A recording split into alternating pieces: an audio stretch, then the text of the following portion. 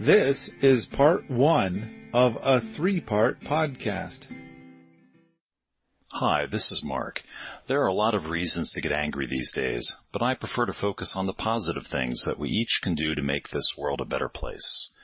The book, Building a Better World in Your Backyard, Instead of Being Angry at Bad Guys, is a great resource for just that. Instead of throwing my arms up in frustration at governments or big corporations, there's a list of ideas that we each can tackle to affect change. Information about this book and other resources can be found at permies.com. Maybe somebody in the chat will say, Paul, it's working. Usually it'll be Andreas telling me. We're live. We're live. Okay. All right. Hello. So, looks like there's 4 of us. We invited a couple of other people to be experts in this area. I think we'll do great with these 4. And so, it was kind of short notice, but there's so much to talk about and it's time. We're overdue, really. But, I kind of feel like the core of it all is that we've had our first willow feeder was built 10 or 11 years ago, and it takes 2 years to see how did it turn out. And I would say that the first few years needed optimization, but now I think it's pretty well dialed in. Stephen, you've fed some willow trees. In the 2.5 years of living here, I have definitely seen the whole cycle. Like taken a can, stored it in the warehouse, grabbed a can that had been stored for over 2 years, and then took it out to the trees. And what came out of the can looked soiled? Oh my gosh, it was a surprise. Like the first time I had done it, I was amazed. I didn't expect it to look like that at all. But it's just like a really rich topsoil kind of mix. I think an important distinction is, could you identify anything that came out of the can? Like, whoa, look at that. No surprises that were unpleasant. It was all very surprisingly all chewed up, all well, I guess, composted and ready to feed trees. Okay. All right. So, we've got Clay and Alan here, and, thanks fellas for joining us to talk about willow feeder stuff. Both of you have, different angles of knowledge on this. Alan, of course, probably came to this event having links to, I'm going to guess 30 different white papers on the topic, ready to whip them out as we touch on these topics. I've read at least that many. I don't know. I didn't bring them all like in a line, but I've had to do design at all kinds of different scales for different communities, and so we've had to handle this from everything from small individual homesteads all the way up to how in the world would we do this for like 30,000 people. And that is important. Scalability. Yeah. Because in our world, permaculture people and homesteaders, it seems like a lot of people are really drawn to the humanure system. And I think that when you're in a pinch and you're going to give yourself 20 minutes to develop a system, I think that the humanure system is pretty great. It's quick and it's not bad, and as much as Joseph Jenkins is a giant and we are standing on his shoulders, we're little piss ants standing on his great shoulders. I want to say that I think that the humanure system does not scale well. Mr. Booker, would you agree with that?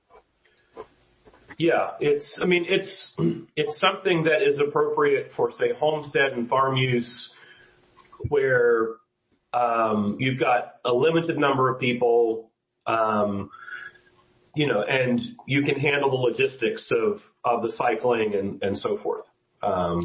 It's not something that we could put into a suburban or urban area. We just wouldn't scale very easily in that direction. Yeah, I agree. And we'll get into all those details. And we've got, I mean, I don't know, Alan, if you've seen the list of stuff that I've, points to touch on, as well as like there's this script for a thing. I wrote it several years ago. But the key is I think, this is something that we've talked about many times before, but I think we are now ready after, I think it was about 13 or 14 years ago that I first presented the idea of this. I originally called it a wheelie bin pooper, but we decided to rename it, I think, 11 years ago. But I think we're ready to go to prime time now. I think that I think we have it dialed in extremely well, and it's ready to come out of the weeds and be something that is a contender with all the other options out there. In fact, I want to say that I think it is, of all of the options, I believe, and I love the idea of exploring where I might be wrong about this. I believe it might be the most scalable option out there, and possibly best by most of the metrics. I don't know for Alan. Alan, I'm sure you have explored all the alternatives. Clay, have you explored all the alternatives? No, this is, yeah.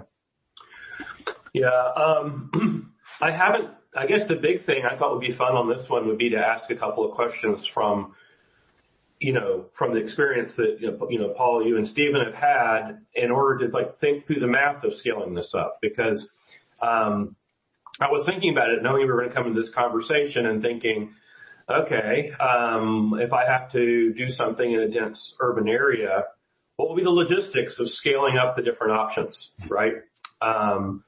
And I think maybe the first thing we should do is kind of, for people who might be coming into the conversation and trying to figure out, is a Willow feeder a composting toilet? And the answer is no, it's not. But what is a composting toilet, and how is a Willow feeder different than that? And what are that's maybe a first thing to just throw down. So, well, how about if we come to that here in just a moment? I want to postpone your first thing for my first thing. Okay. And what I want to do first is to talk about, why do we care? Why do we bother? And I think for most people, they're never going to bother because what they have now, it's like everything just goes away and they don't think about it. They don't care. It's like their mentality is that if there was a problem with it, then we wouldn't be allowed to use it, and so it must be fine. And so that's pretty much the extent of it. They've got other things that they want to think about or whatever. So, but I want to explore, and I feel like this is the test case that when people ask me to explain it, this is the test case that I use. And this is, let's suppose that you have decided to paint a room, or you've decided to paint a shed outdoors. So you're using a type of paint that will do well outdoors, but you're not done yet. You've only painted half of your shed, and you're going to come back and you're going to finish painting it tomorrow. So right now you need to clean your painting gear. So you've got paint brushes and maybe rollers and who knows what else you got, but you need to clean your painting gear. So, and I want to emphasize the point I'm about to make by saying, let's all go down to the lake and wash our painting gear in the lake. Now, of course, I hope everybody watching this is like, don't do that. Don't be an idiot. And so I hope the cringe factor is intense, because I want to say, like, it's just as bad to put it down the drain. I mean, whether you're on a sewage treatment plant system or you're on a septic system, the damage is right up there. I mean, if you're going to put it into a sewage treatment plant, it's going to end up like here in Missoula, the Missoula sewage treatment plant, the water comes through and the water is not in the plant, but maybe 24 hours, and then it goes right into the river. So all that particulate that's in the water either goes over to a composting facility, which people are going to try to put on their gardens, which I recommend against, or it's going to just be sent into the river. And it's like, I mean, isn't that as bad as the lake, as putting it right into the lake? And if you're on a septic tank, then it's going to go into your drinking water. And so it's like that's also as bad as the lake. So it's like, okay, this is where I kind of want the thinking to begin. And it's like, okay, let's come up with ways to deal with this. Now, I don't mind circling back as to what my solution would be for any system on what to do with paint at the end of all of the rest of this stuff. But I kind of feel like this is what's happening both at sewage treatment, in the city and out of the city. People are just putting all that paint down the drain. And I kind of feel like, okay, let's all have a good, strong cringe over that. Next up is discussion about pathogens. And so with pathogens are going to be like one person in, I'm going to guess 30, has some sort of sickness that if they poop, then their poop has that sickness and can get other people sick. So, Alan, I'm saying 1 in 30. Does that line up with your numbers? It might be closer to 1 in 50. I think you're low, actually, Paul. Today, you're low. Maybe 30 years ago, that number would have been true, but we now have so much gut dysbiosis and so much in the way of that people's immune systems are actually fairly depressed. And we're seeing that the pathogenic problems are actually getting higher. Little side note, I was talking to a 16-year-old a couple weeks ago, and I asked him a simple question. Because I've seen this just become so problematic. I said, out of all of your friends that are in high school with you, what percentage of them meet this definition of healthy? That is, they're not on any long-term kind of drugs. They're not like, pharmaceutical drugs. They're not, they don't have any kind of like debility, ongoing medical condition that needs treatment. What percentage of your friends meet that definition? He thought about it for a second and he said, somewhere between 10 and 20%. So, okay, let's circle back to just poop. A little side note that's the baseline of health has gone down that far in our culture over the last few decades. So pathogens are going to include things like Hep C. Yep. And E. coli. Yep. I think that there's like 6 to 7 that are like the intense ones, and they're not popping into my head right now, that are the ones that we're the most concerned about getting. So it's like, this is why you don't just go and poop on the street, or you don't just go and poop in your garden. Like, I'm going to go out to my garden that needs fertility, and I have fertility coming out of my butt. And so you're like, okay, yeah, you just laid a fertility egg, good for you, but there's going to be a lot of there's the potential. Now, of course, you can't get yourself sick, and so maybe if you like the idea of thinning the herd, having them all get sick and going away, I suppose that could be your strategy. Although I'm not going to recommend that, but The problem is that if you set a precedent, then suddenly your neighbors will do it too. And then next thing you know, you got problems. But okay. The idea is that, that egg you laid has if you are sick, if you have one of these ailments where it can be passed on, then you can get other people sick. And there's a couple of different ways. One way is rain comes and makes poop Kool-Aid and takes that down to the drinking water. The other way is that there's no rain, but there are flies that come and they land on it and they go nom nom nom, and then they go over to somebody's food and land on that, and now you've got the pathogen. So this whole concept of pathogens is a big part of this whole conversation. So currently we put this into water, and then we send the water with the pathogens away.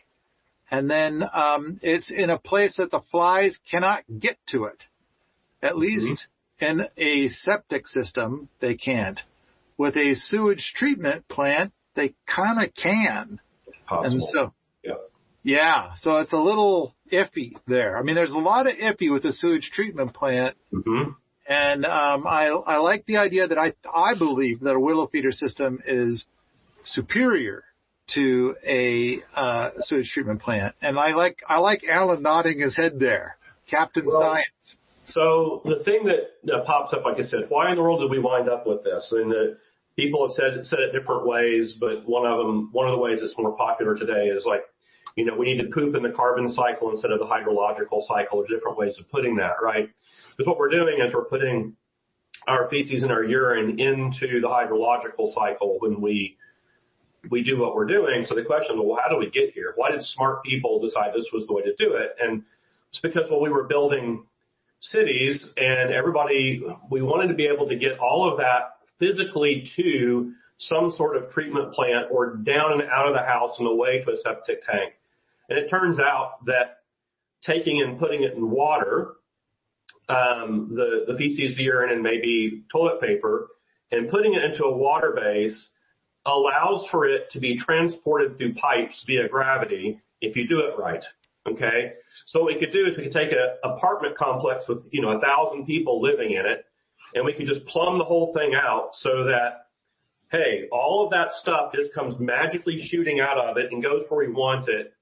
We don't have to go up and physically get it from all the different apartments and bring it and take it out, right? It was a solution to the physical transport problem of how to get all of that especially in an urban area or suburban area, and get it where you wanted it without people having to go and physically move it around. And that logistical consideration almost trumped everything else, to be able to get it out there, get it into an environment that was quote unquote controlled, gravity feed it down. Yet I know that some places we got to do lifts, in a sewage system, we'll have to lift it with a pump. That happens.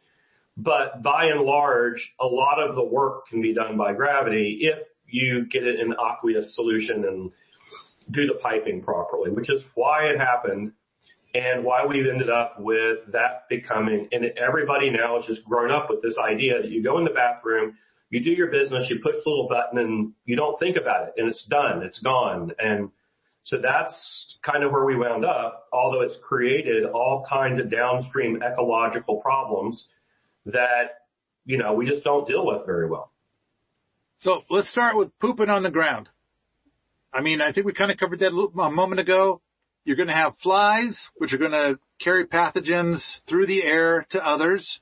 Mm-hmm. And then there's also the poop Kool-Aid effect, which is going to take pathogens into the drinking water. So we got two different vectors for making people sick. Next up is the idea of the outhouse. So you go in there and you throw some sawdust on it, and it's not as intense with the flies. It's somewhat mitigated. But of course, there's the poop Kool-Aid effect, which is still problematic.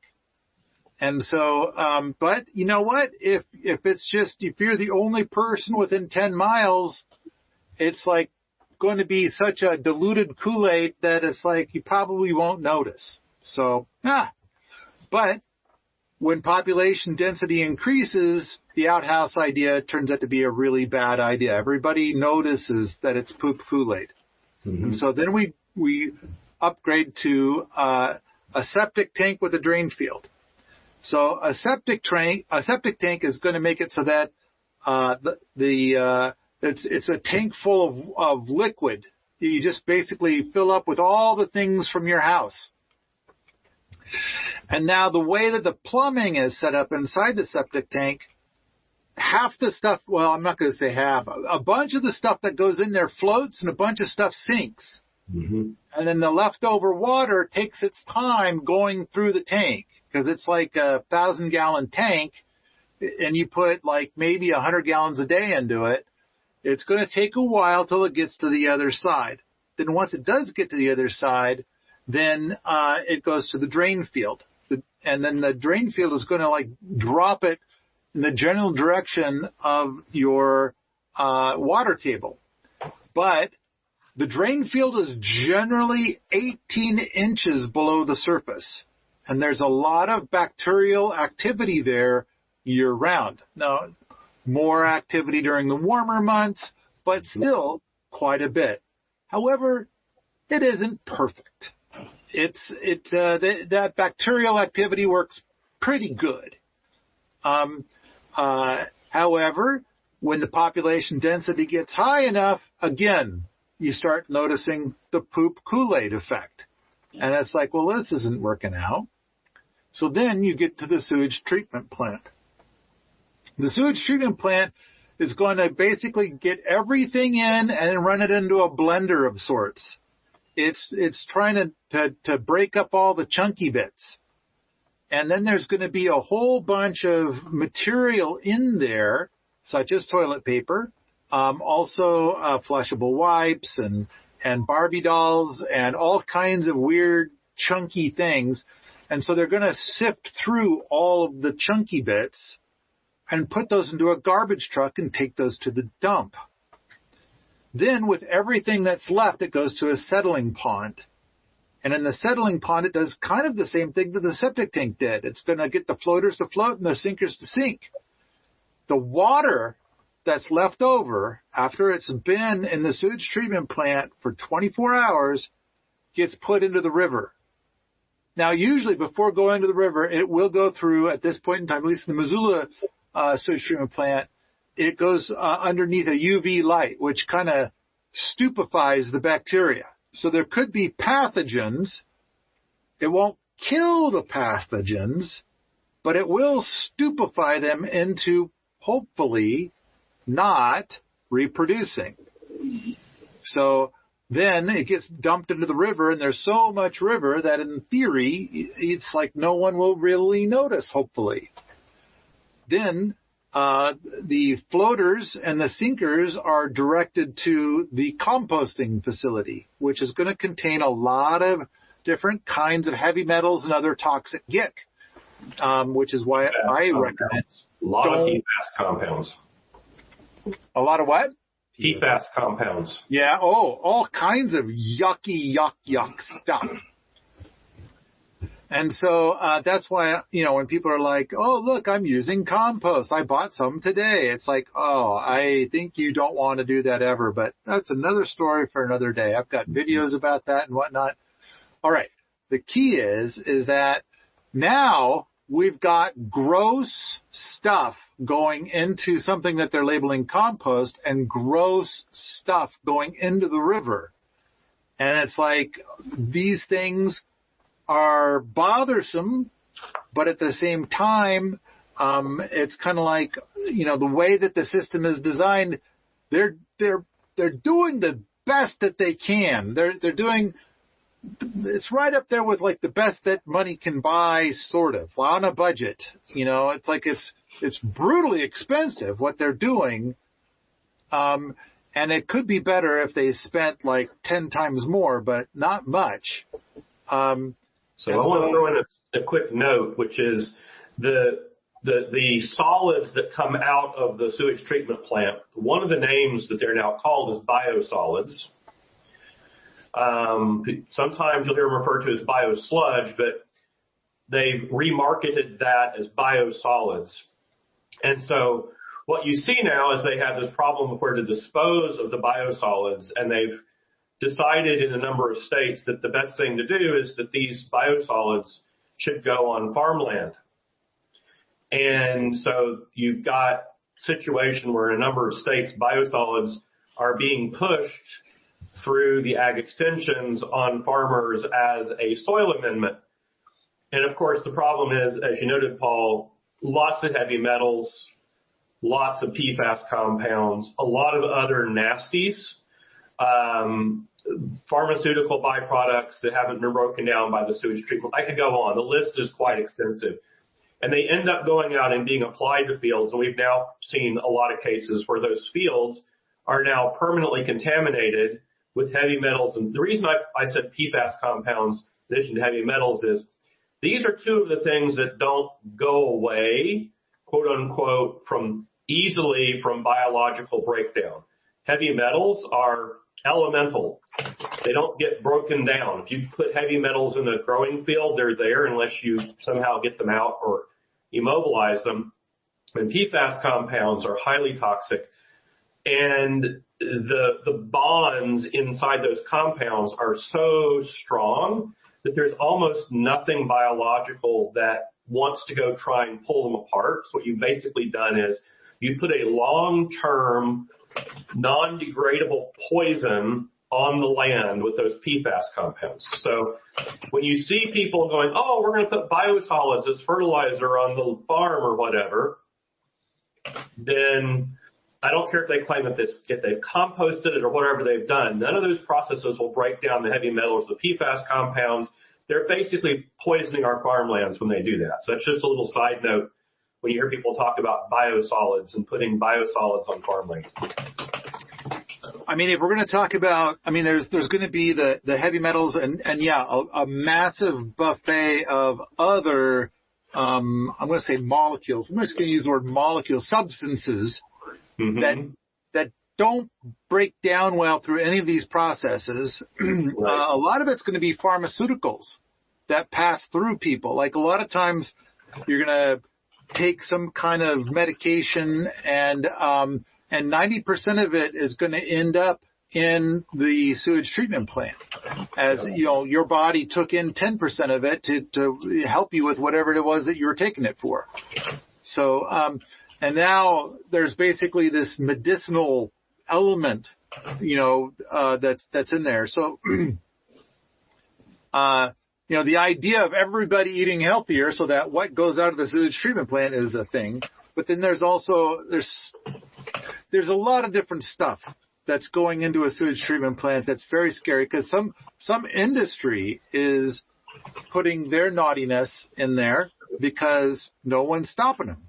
And then at the same time, there are households where a buffet of naughtiness is being put in because who cares? I bought it at the store. It should be all right. Hell, it says flushable wipe right on it.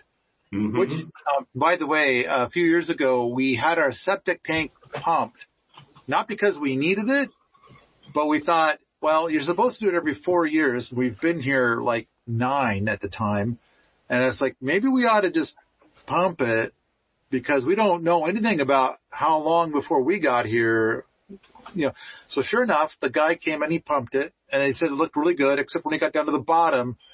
And he brought up a whole bunch of flushable wipes. And no one here has ever used a flushable wipe. I really doubt it. And so that means the people that were here before, their flushable wipes lasted in the septic tank for more than 9 years.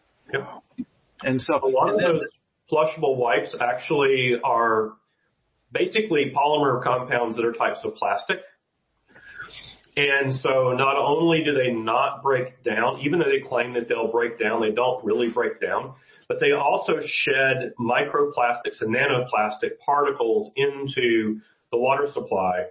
And most water systems, municipal water systems, have not been retrofitted to filter out microplastics and nanoplastics. So there's a whole other layer. We could spend another whole, 90 minutes just talking about nanoplastics and whatever. But just so you understand, Also, all of the plasticky bits that go into these systems, when they break down into microplastics and nanoplastics, they're coming right on through as well. They're going right back into the rivers, and we don't even understand what all these nanoplastics are doing. They're small enough to get inside of our cells. We don't even know what that does. Yeah, and Liv says, PFAS is called forever chemicals. I talked to one of the best PFAS chemists. We were talking about this, in discussing bioremediation, because I worked on bioremediation both in Lahaina, and I'm working on bioremediation right now in western North Carolina after Hurricane Helene. And I asked one of the world's best PFAS chemists, we started to try to talk about how could we get this to break down and so forth. And the answer is, you almost can't. The only thing we can do is immobilize them. And so there are some things we're doing in bioremediation, like biochar can actually grab a hold of it and hold onto it for a while. But breaking it down is really, really difficult. So they are almost like forever chemicals. Yeah. Have you ever wondered whether a particular book was really good or just so-so, and if you could trust the reviews online? When it comes to books related to permaculture, Permies has a large list of reviews for over 100 books. Perhaps you're considering a book for yourself or a friend, or you're just curious about what's out there. Stop by permies.com/book and take a look at the book review grid and read some honest reviews, and hopefully you'll find the next book to add to your collection. All right, septic tank. The average septic tank is pumped every 4 years. However, I think you should be able to go 50 years, maybe longer, between getting it pumped if you are good to your septic tank. And so, and that's a whole other discussion. So there's that. Let's see. I'm looking at the sludge should be anaerobically decomposed in the bottom of the septic tank if your septic tank is healthy, which means if people are wondering why does the sludge just not keep on building up and building up and building up and build the whole thing up? Well, it will slowly do that even in a really well-managed septic tank. But if it's managed very well, that sludge is constantly being metabolized by anaerobic organisms in the bottom and being broken down, and then some of it will float up and go out in the field, which is why it doesn't just fill up quickly. And in my stuff here, I got a bit of a list of stuff that's common inside of sewage treatment plants, or even septic tanks, but generally sewage treatment plants. Unwanted paints, herbicides, laundry bleach, powerful soaps, detergents, household toxins, industrial waste, both legal and illegal, children's toys going on a magical adventure, the flushable wipes, feminine hygiene products, dental floss, kitty litter, condoms, cotton balls, cigarette butts, gum, and the all-time favorite for so many people, unwanted legal evidence. Stuff that sitcoms are made out of, right? Or cop shows. And then there's the heavy dose of pharmaceuticals that made it through people that need the pharmaceuticals. Yeah. And let's see. All right. So there's the most common stuff, the foundation for what we have now. And we have a system that I think is superior to a sewage treatment plant, and superior to all the other options. And we're going to touch on all of the options today. I don't think we'll go into them in great depth, although that they are worthy of great depth. Each of them is worthy of great depth. But since I am bonkers about gardening, my attempt at this sort of thing, the thing, you know what, I'm going to set claim to it. I think I invented it. I'd never heard of anything about this before, but I think it's so simple. In fact, everything that has got my name on it as having invented it, I think all of it is so incredibly simple. I can't help but think that thousands of people invented it long before I did. I just gave it a name and propped it up, I guess. And maybe the other people invented it and they just never said anything. And I don't know. But the Willow feeder system is born from being bonkers about gardening.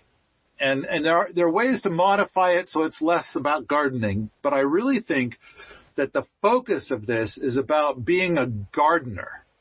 Oh, look, there's Stephen. And that, that's a great picture. Yeah. Hey, everybody zoom in on that brown stuff that's coming out of the can. Yeah.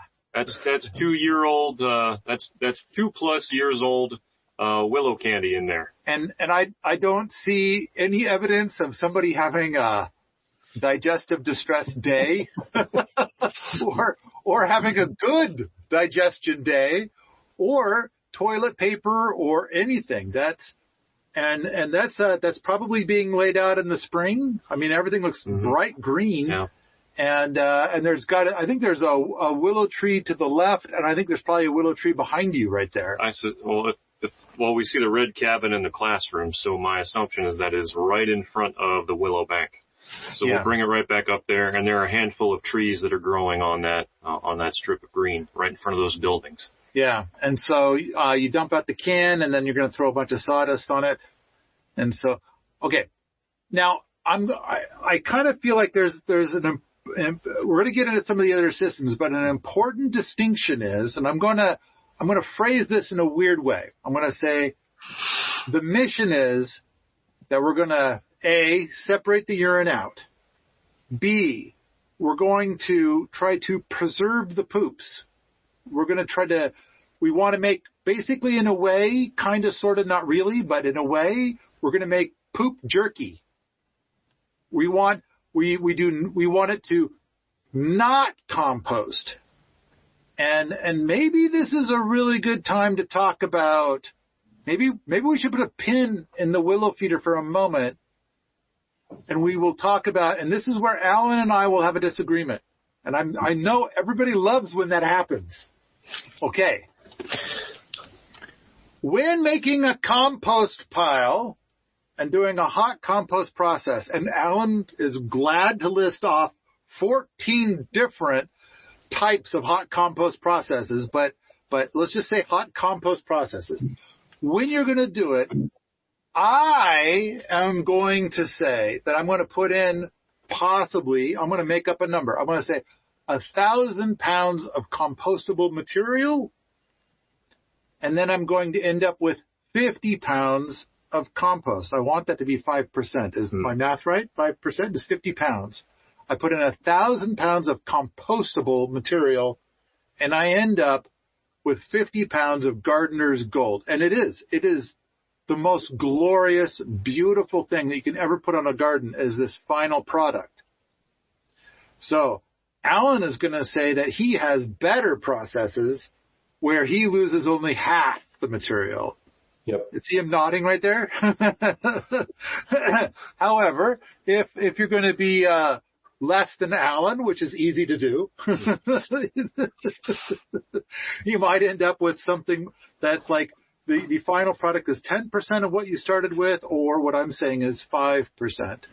I mean, if you keep composting it and turning it and composting it and turning it, eventually you'll end up with just ash. And so you'll end up with like 1.5% of what you started with. Alan, is my math about right? I've never seen anybody do that, so I've never seen that actually happen. We have a particular process. We finish, we age it, and so forth, and we have a very particular set of circumstances where we would do a thermophilic compost. It's like there's a set of circumstances where we'll do that. It's not, how to put that? It's not our only approach to creating, to using that process. But what I would point out, by the way, which when it comes down to composting toilets, is one of the things that when we teach thermophilic composting, that one of the very first things that I tell everybody is if your thermophilic compost pile is too small, it will never be efficient, and you will have all kinds of problems, and you will never get it to be you'll never get it up to heat, and then you'll never get all of it to be heated all the way through. And as a result, you will not deal with pathogens. So one of the first things I would say having to do with like where we're going is just understand that about the minimum size that we would ever make a thermophilic compost pile is 1 cubic meter. That's about the minimum size. I was going to say cubic yard, but okay, fine, cubic meter. So about that size, that's about the minimum. And so one of the things to think about is if you're running a composting toilet system in a small situation, it's like you look at a lot of these things and you look at how they're run and you're like, that's nowhere near big enough to be able to actually get the heat, to be able to do everything that's necessary and so forth to, be able to ensure that you have processed all of the material, it's gotten up to heat for long enough and so forth. So to me, when you start looking at commercial, really composting, hot composting of, from a toilet perspective, the ones I've found and seen that are reasonable and that work actually tend to be larger scale. They tend to be like institutional, where you have like a large commercial building and you've got some sort of carrier that brings them down, all of the waste from the different restrooms around the building. It carries it down and it puts it into a composting system. And oftentimes it's a wet composting system because thermophilic compost is actually has moisture in it. When we build a normal garden thermophilic pile, you're trying to keep the moisture around 50%. Mm-hmm. So it is, the two things to understand about it is it's a aerobic process. That means you have to keep it oxygenated. You got to keep oxygen in it. And number two is you got to keep it moist enough, with enough moisture in it that it's biologically active enough, quick enough that it gets up to heat. And then the way that a composting toilet, if it's working properly, is going to function to quickly be able to process human manure is by getting it up to heat and having to get all of it up to heat. And therefore, the systems I've seen that seem to be more functional, like I said, Paul, before you had to duck out, was like the systems I've seen for composting toilets that tend to work are ones that are like bigger scale. They actually pull in a lot of, right? And so I've seen composting toilets put in the bottom of large commercial buildings, and they use a very low flow wet toilet system to bring all that down into a composting chamber. But the composting chamber is quite large. It's designed commercially to aerate everything, to keep it aerated, to keep it at the right moisture, and to be able to make certain that all of it gets up to temperature. So that is, to me, a more practicable size and scale if you decide you want to go with a composting toilet than, say, a small individual toilet in, say, a household where you don't have the logistics to be able to run a composting toilet that way. So, yeah. Okay, I'm going to jump in here and hit the brakes hard because I feel like you and I could easily record 300 hours of podcast talking about composting toilets. And if we allowed one other expert in, easily go to 1,000. Yep. And it's like, this is a rich, rich topic. And I'm trying to make one quick point. And I'm going to state a thing which you will not agree with, and that'll be great. But let me state the thing first. And it goes like this. If I put 1,000 pounds of materials in and I do a hot compost, I'm going to get 50 pounds of beautiful gardener's gold out. And then, so the point I want to make is that it's like, where did it all go? And of course, I think everybody that's on this call knows, but some of the people watching might not know, about half of it went into the ground as water. Yeah, Thank you for that interpretive dance, Stephen, to answer this. So it's like sign language, but dancier. So, and the part of the problem is that if you've got the hot compost, wherever you have it, it's going to turn into compost Kool-Aid and go down into your drinking water, depending on factors and gobbledygook and whatever. But that's still not even the point I'm trying to make. The biggest point I want to make is that when it went from 100 units down to 5 units, for 1,000 pounds down to 50 pounds, the thing that I'm the most concerned about as a gardener is all that carbon and nitrogen that went up into the atmosphere. Let's keep in mind, our atmosphere is 78% nitrogen. And nitrogen is the thing that makes your plants so happy and green and growy and big. And it's like, but only if it's in the soil. Now, there are some exceptions and there's some caveats but for the most part, in general, the more nitrogen you have in your soil, then the happier your growies are. Almost exactly the same thing goes for carbon. And we've all heard of carbon dioxide, but there's lots of other ways that carbon can be up in the atmosphere, but that doesn't matter. The thing is all that carbon and nitrogen that used to be in your 1,000 pounds of compostable material, that 500 went up, 500 went into water, into the ground, and 450 pounds of it went up into the atmosphere, where it ain't doing us any good. Carbon and nitrogen are things we want in our soil. And so this is my position, and Alan wants to throw out composting techniques that won't put as much up into the atmosphere, which is cool. However, if it's going to be hot, it's going to be putting it up into the atmosphere. There's no other way. I mean, there's a biological reaction that's happening that makes it hot, and part of that is that it's going to off-gas. It's going to release nitrogen and carbon dioxide into the atmosphere. Okay, this is the part, Alan. See, he's nodding his head. He said I was right without using words. He nodded his head. I'll say a couple of things really quickly. Number one is I tend to use yield calculations in dry mass, not wet mass, because you're cycling water through. So being all sciencey like I am, I tend to use dry mass instead of wet mass. Number two is when I'm creating fertility systems, thermophilic got a niche. It's a niche. We oftentimes use other things more like a static pile, area static pile, things. We'll even use Johnson soup bioreactors, so on and so forth. Their dry mass yield is much higher. You off gas much less. And so, I will use thermophilic compost to jumpstart fertility when I have to very, very quickly. And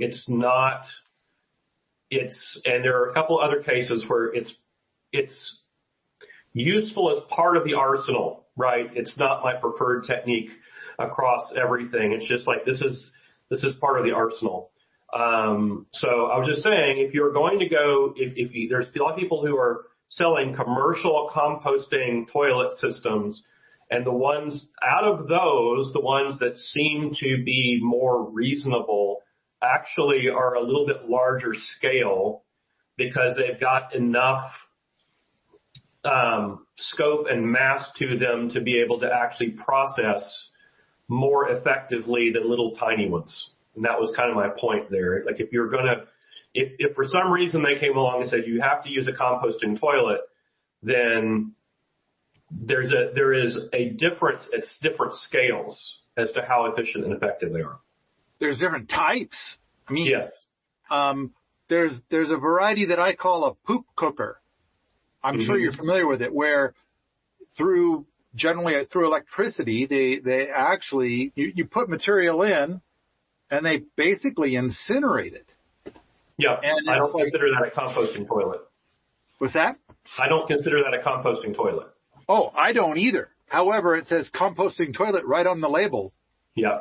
All I'm trying to do is I'm trying to say, that's why I call it a poop cooker. And there's different styles. There's some where it's like they're just going to heat it up to like 160 for 15 minutes, which is hot enough to make it sterile. It still comes out rather desiccated and whatever else, but it's going to be something where the pathogens are all dead. They're all sterilized. So, okay. And there's other ones that turn it into ash. And it's like, okay, that's a way. Sure.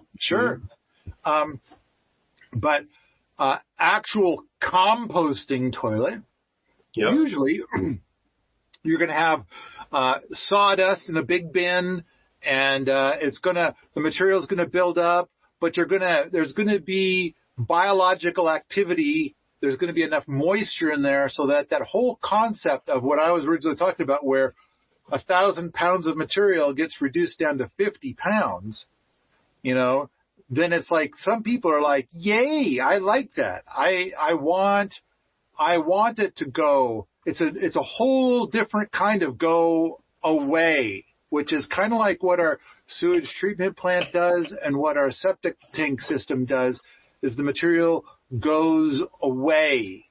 And so a composting toilet that composts prolifically and breaks it down so completely, then you've got a lot of that material just goes away. And now we can accomplish very similar things if instead of bacteria breaking down the material, we can go ahead and use worms of some variety, or we could use black soldier fly larvae. Mm-hmm. I wouldn't be surprised if there was some sort of, if you didn't want to use bacteria, I would imagine that there's some kind of fungal thing that you could possibly get that'll do it. But, all right, I'm not interested in having the material go away. I want to end up with carbon and nitrogen as much as I can get to put that, and this is like the whole point I'm trying to make. As a gardener, I want more carbon and nitrogen material to give to my growies.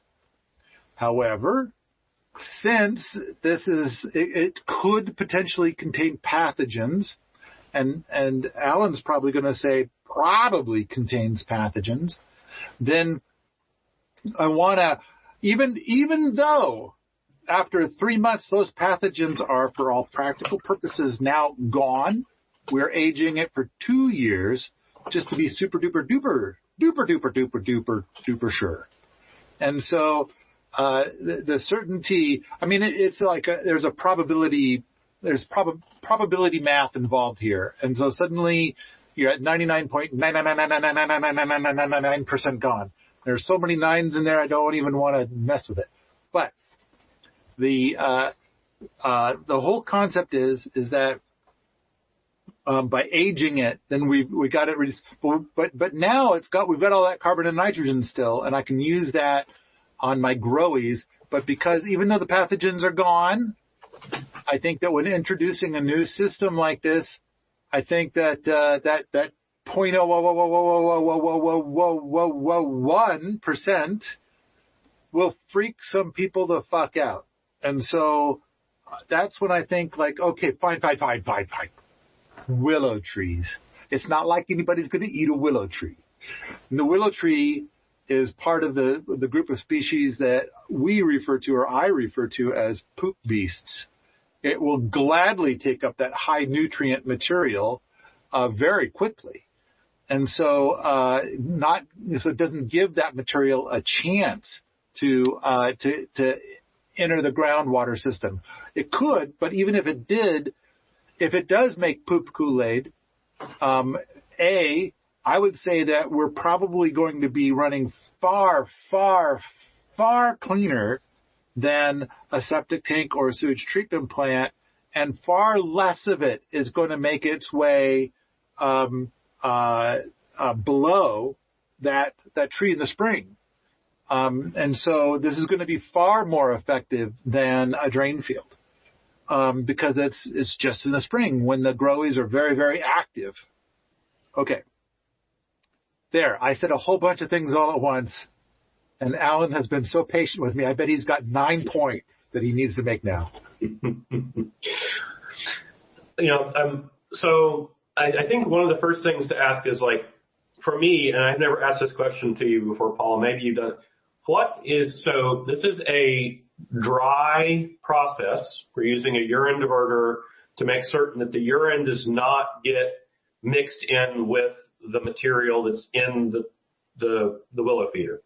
So it's a dry process, whereas a true composting toilet has to have enough moisture for all the bacteria to do their thing. Like I was saying earlier, it's like almost 50% moisture is where you run a normal thermophilic pile to get it to be able to do all that.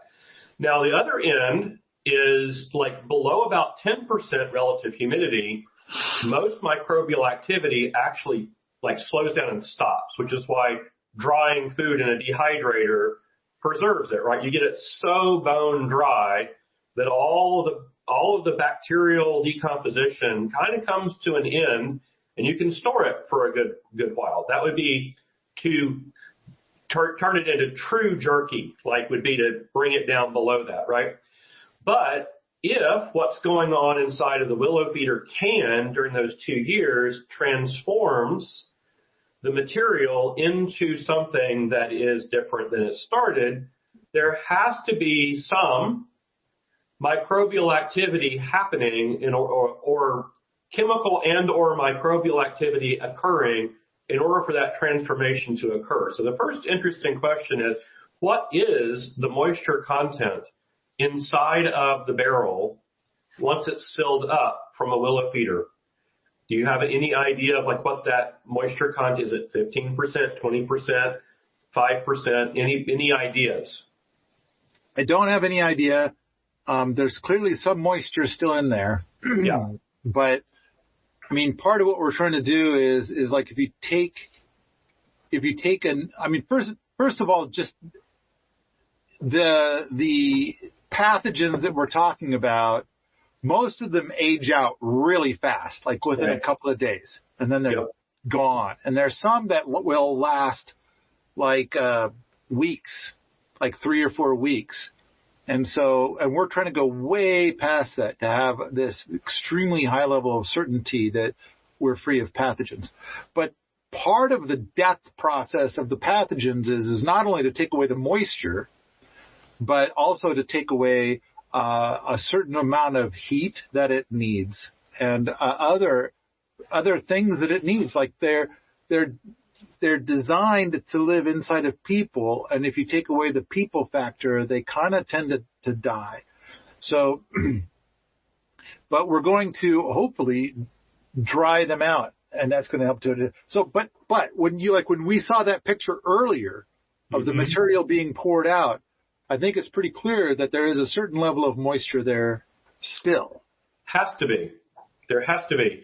If you could, like if we took what was coming out of the willow feeder when you filled up the bucket, we took that and we were somehow to magically desiccate it down to say 5% humidity and then seal it, then at the end of 2 years, you'd open it back up and it would basically look almost unchanged, because there would be so little humidity in there that you would have nothing happening. It would be like there would be very little chemical. You might have you've sealed it up. There's very little oxygen to go into, so there's almost no oxidation.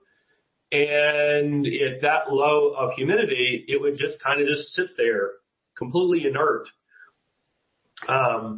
probably for those 2 years. So the fact that it's changing indicates to me that you have low humidity, but more than 10%, and that you're in a low oxygen environment. So what you're basically doing is you have an anaerobic decomposition process happening very slowly over the course of 2 years.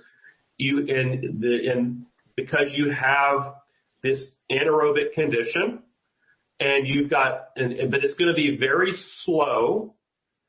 And so I'm kind of really curious, because otherwise, how does it transform? What's the magic transformation to break it down? Okay, I want to say it's an aerobic process, but it is a dramatically delayed aerobic process. So how's the air getting into the material? Ooh, excellent question. So there is the can that you can see Stephen holding there, or you could a couple seconds ago. So So we've got these cans. I think they're 27 gallons. I'm not quite sure how big they are. I think they're 27 gallons. Hang on to that picture right there. That'll help. Okay. That'll help. So, and when we put the lid on, there is an air gap between the lid and the can. And it's a small enough air gap that flies cannot get in. However, air can pass the air gap. Now, with each day, the day warms up and the gases inside the can warm up and expand. And then at night, the can cools and the surrounding air cools, and so air moves in. So basically, the whole can breathes, if you will, exchanging drier air for the moisture air that's inside. So with every breath, then whatever is in the can dries out a little bit more. And so the important thing is we put the tube in that you can see in this image. The tube goes in first, and then we add, I believe, 4 to 6 inches of sawdust. Yeah, there's a good picture right there. Okay. That's awesome. So then the thing is that the sawdust is outside of the tube. If there happens to ever be any liquids that make their way to the bottom, then they are going to be exposed to the bottom of the tube and then will, in theory, dry out.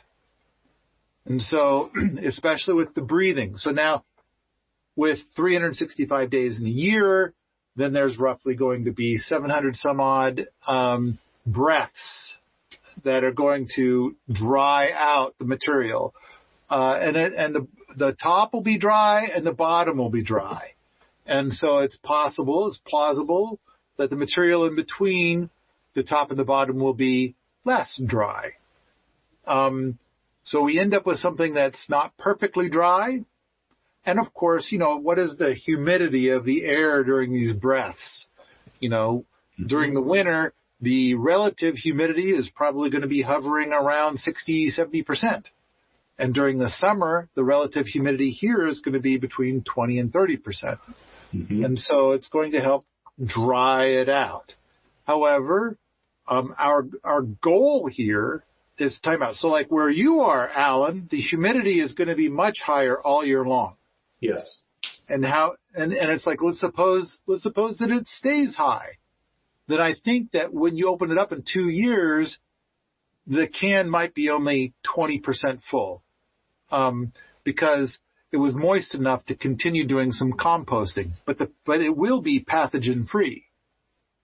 Now, here in Montana, where it's drier, I think our cans end up about half full. Is that about right, Stephen? Yeah, half to 66% full, 2/3 full.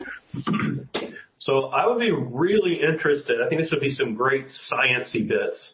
Would be to take one of these cans and outfit it to be able to metric moisture and oxygen and temperature, and like literally watch that, because it's like you got a lot of suppositions there. I don't think have ever been measured. Now what you've done is you've closed it, you've waited for 2 years, you've opened it up and gone, ta-da, there's the magic. But it's like, well, I can kind of say you never got below 10%. You didn't get it below 10% and hold it there, because if you did, it'd be this desiccated version of what you started with. It would just basically have been this dry. You would have dried it out and it would have never transformed. There's some sort of process going on. Now, we know that when we do other forms of aerated static pile, we either have to move the air through actively by blowing it through with fans, or we got to make certain that the material is not too thick. In other words, we put pipes down through it and stuff like that in a Johnson Sue and then pull them out so that there's air passages so that all of the materials within a few inches of open air, so that that otherwise you're going to get anaerobic pockets in there, right? So the question is, do you have, there's three possibilities here, right? One is the whole thing stays aerobic the whole time. I'd be surprised with what you described if the whole thing stayed aerobic the whole time. That would be a bit surprising to me, but I'm willing to be surprised. The second option is it goes anaerobic and you're getting anaerobic decomposition, which is fine. That's actually well-known process and that is used, anaerobic decomposition. There's a lot of things that will do that. And or the third is you got a mixture, right? There's pockets of aerobic closer to the surface, and then deeper in there's anaerobic pockets. And so I'd be really curious to know which one it is. And I'm going to guess that what's happening is that your humidity is hovering around in an area that's allowing for this to happen slow and steady, not too fast, just slow and steady. It's happening. And so it's not getting hot. So that's why the temperature to me would be interesting, right? We need temperature, oxygen, and moisture. Then we can watch that dance and see and get a much better idea of the exact modality of decomposition happening inside the barrel. With so much sawdust in there. Yeah. And I just can't help it. And plus, when you pour it out and you look at it, mm-hmm. it's very granular. It is not like you go to pour it out and it's a big block of muck. Yep. A big block of muck would say anaerobic. But the fact that it's coming out like what you see in this picture tells me it's aerobic. But at the same time, we're also shooting for something where it's like, okay, let's suppose that it's aerobic, but it's extremely slow. Like we want to slow it way down. Mm-hmm. Because if it's aerobic and active, then what we're going to get out after 2 years is going to be, a lot less material. A lot less material, which is contrary to what we're after. And so I believe this is not anaerobic. Mm. But you're right. I could be wrong. I'm open to that. Now, and at the same time, you're right. We could go and measure it and get a lot more detail and stuff like that. Great ideas. We could even put samples under a microscope, get an idea of what the pathogen count might be. Yep. All great ideas. You could use the microscope to also look and see whether the decompositional saprophytic organisms that are there tend to be more aerobic or anaerobic. You could sample it. If you have the microscope right there, you can take those samples and look at it and see whether aerobic or anaerobics were dominating in the finished product. All true. And now, what a great time to mention, if we had more people in the boot camp, I can't help but think, like, if we had 20 people in the boot camp right now, I bet 3 of them would have the scientific rigor that you're looking for to do this. And so, but they're not here right now. And so it's like, I encourage people to contemplate joining the Permaculture Bootcamp. Yeah. And maybe some people want to just simply join the SEPR program, rent a cabin here for a month or two. You started off by renting a cabin here. Sure. And so we've had a lot of people who kind of joined the boot camp, either full-time or part-time, that are here by renting a cabin, and they can be in the boot camp as much as they want. I love the idea of having 20 active people in the boot camp, and then we can move projects like what you suggest forward. And certainly there'll be somebody here with the scientific rigor to attempt what you're proposing. But part of the reason I'm proposing that is because if we are going to be able to take this and scale it up and get people to adopt it, we've got to characterize it. We've got to I can't just say, well, we don't know really what's going on in there, but at Paul's place, it works great. Well, then they're going to say, well, what about, as you say, in the Southeast United States, when the humidity is different, or when we're in, in different climate situations. So we've got to characterize exactly what the modality is of how this is happening and so forth. So we can, in other words, we're going to have more of those peer-reviewed papers that you were talking about at the beginning, so that I can go get municipalities to sign off on putting this in. Because otherwise, it's just like, well, it's Paul magic, right? Yeah. Oh no. Yeah. Everything you're saying is true, and everything I'm saying is also true. Yeah. And Here, I want to jump in. I can imagine this as being a kind of variation on GANCOD, where you have people, all sorts of different places who create a can of Willow candy and they monitor it for 2 years with, once we've standardized, temperature monitoring, hygrometer, the weight of it, whatever it is. And that way we could have the data from all different types of climates, regions of the U.S. or the world or whatever. And then that could be factored into this data that Alan is talking about collecting. all true. And the point I'm trying to make is that I don't think anybody is going to test anything at all here or beyond here unless we do something to say, oi, we came up with a thing. Check it out. And then it goes from there. Now, This podcast is continued in part 2. In a world on the brink of social collapse, one website stands above the rest to fight back the zombie horde of corporate trolls. Permies.com. Take back control of your destiny and protect your loved ones from the toxic git coming at you from all directions. Strap on your overalls and start building that bunker of abundance with the good vibes and friendly, helpful insight found at Permies.com.